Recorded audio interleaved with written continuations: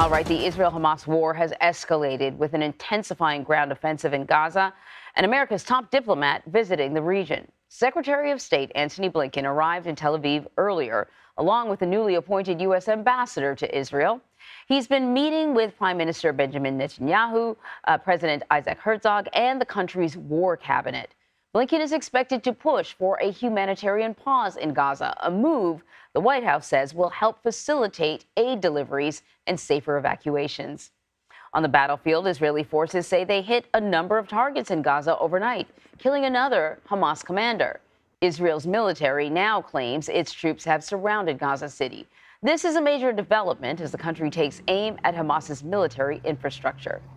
And adding to all the escalations, Reuters reports thousands of cross-border Gazan workers in Israel and the West Bank have been sent back to Gaza today. Israeli Prime Minister Benjamin Netanyahu's office said yesterday that, quote, workers from Gaza who were in Israel on the day of the outbreak of war will be returned to Gaza. So joining me now with more on all that is going on from Israel is CBS News foreign correspondent Ian Lee. Ian, good morning. Always good to see you. So the Secretary of State is back in Israel. What can we expect to see today from his visit? And how receptive is Benjamin Netanyahu's government to what we are hearing, which is that the Secretary is going to push for humanitarian pauses? Good morning, Amory. You know, we just saw the Secretary's motorcade not too long ago going through the streets here in Tel Aviv. He has a full plate, a lot of meetings, but this is going to be a delicate diplomatic dance for the Secretary of State. On one hand, he wants to show that the U.S. supports Israel, says that Israel's war is just, but on the other, he is going to be applying pressure on Israeli officials to limit civilian deaths and as well as to get more humanitarian aid into Gaza. He believes that humanitarian pause could also help get U.S. citizens out of Gaza.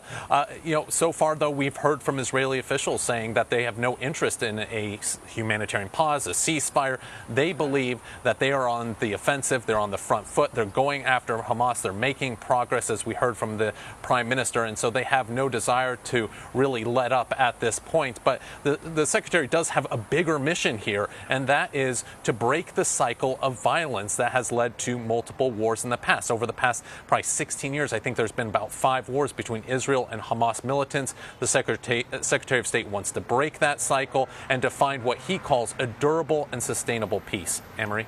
So meantime, we are going to be hearing from the leader of Hezbollah later on today in a speech. Hezbollah has been very quiet, and so it's not clear whether or not the militia group is interested in getting involved in this conflict. Hearing from him is perhaps also hearing a little bit from Iran, because Iran finances and backs Hezbollah. What are we going to be listening to very closely? Yeah, Anne-Marie, it's not just us. It's going to be the entire world, really. You know, we've heard the United States said they're going to be watching that speech very closely. Other regional leaders are going to be watching it. And you pointed out very correctly that Iran has been pulling a lot of strings in this region. And so likely what we're going to hear is going to have echo some of the things that they say. You know, the thing that we do know is on the northern part of the Israeli border with Lebanon, there's been a lot of fighting, a lot of border clashes between Hezbollah fighters and the Israeli military. Dozens of Hezbollah fighters have been killed. And we've seen that violence simmer for the most part, escalating at times, but not really turn into this full-on second front that a lot of people have feared. And that's what we're going to be listening for today, seeing where is Hezbollah's direction in this? Where do they want to take this fighting? Are we going to see a second front in this war, or are we going to see more of that low-intensity border clashes that we've seen over the past 3-4 weeks now? And so that is going to be interesting to see. Also, you know, does he mention Iran? We know Iran has been not only supporting Hezbollah, but also militias in Syria who've been firing rockets into Israel, and also the Houthi rebels in Yemen who've launched ballistic missiles at Israel. And so all these things are going to be very critical when we listen to that speech, and it's expected to be here in about 2 hours or so. So yeah, going to be keeping an eye on that. All right, Ian, thank you very much. Well, the House passed a bill that would provide billions of dollars in aid to Israel, setting up a showdown in the Senate. The Republican-backed measure includes more than $14 billion for Israel. However, lawmakers nixed additional funding for Ukraine and Taiwan. And the House's bill would also cut funding to the IRS. The measure pretty much has no chance of passing in the Senate, and President Biden has already threatened to veto the legislation.